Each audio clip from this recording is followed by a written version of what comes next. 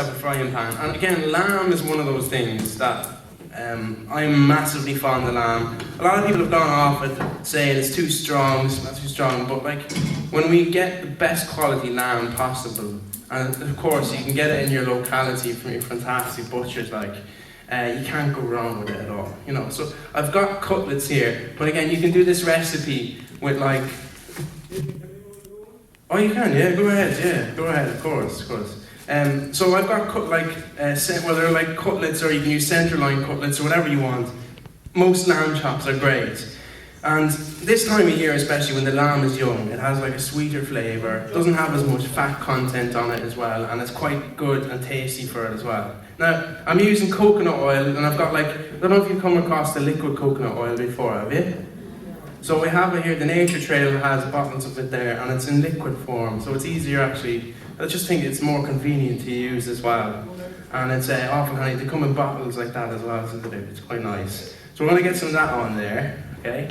And for the lamb then, again, we can flavour it with whatever you want. I normally do sometimes, if it's not this time of year, I'd normally put a bit of cumin on it or put some spices on it. But this time of the year with the spring lamb and it being so good, we've got just sea salt and pepper, and that's it. That's all we need, because the lamb flavour will sing itself. You know, we've got like the nice musty flavour from the lamb itself. We're going to let it sing and let it just really do its own there as well. So when I season, I just do both sides as well. Just make sure I get an even coat on both sides with sea salt and pepper as well. The most natural of them all, sea salt from the sea, and then pepper then as well. Okay? So that goes on there. And then what we're going to do is we're going to get ourselves then our lamb, and we're going to do both sides then as well. So we're going to let that fry away on the pan there, and then that'll be ready then. I'll show you how to test it really to know if it's ready to good to go as well. Now, our lamb is on. While that's cooking, we need something like to serve with it. So a lot of the time people say to me, dinner during the week is one of the toughest things, because again, I don't have much time to cook. Honestly don't want to spend up on an hour and 30 minutes, an hour and 45 minutes cooking it all. This is perfect here. This will be done in no time. It'll be done in real time really. Little gem lettuce is great, but you can also use the iceberg lettuce for this.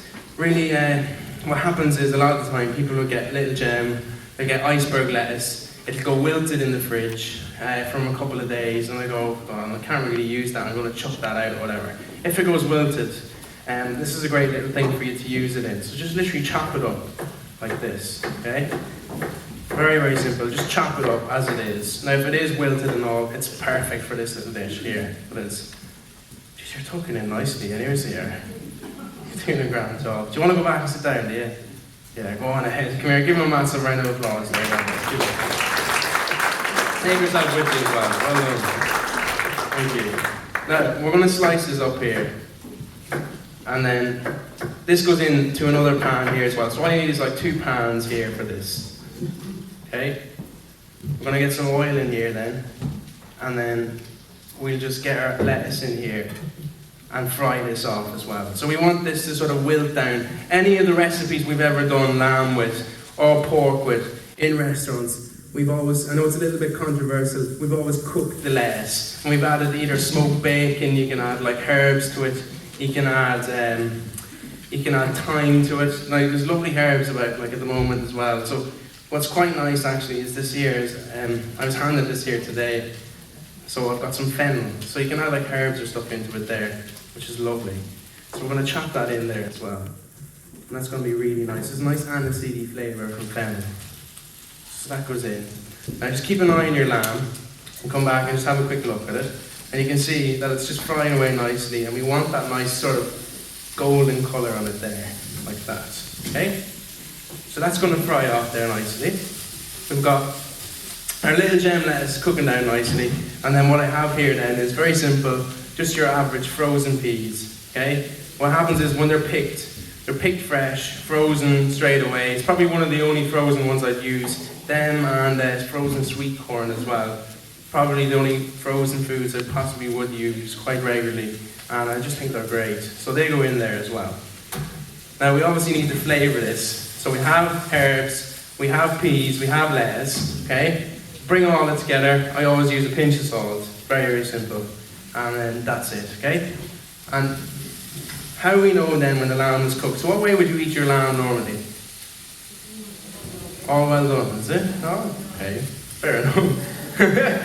It's fine actually. It's all down to the quality of the lamb you have. Like, at the end of the day, if we have lamb that's obviously like not great quality, when we cook it to well done, it's going to have a little bit of a tougher texture, a bit of more of a chew on it and all that sort of stuff. If we have lamb that's of good quality, that's reared locally on the grass here in Ireland, we have the best climate for our animals here in Ireland, we'll have absolutely amazing lamb as well. So even when it's well done. So it's not an issue of what way you like to cook it. Now how do you know what way it's cooked?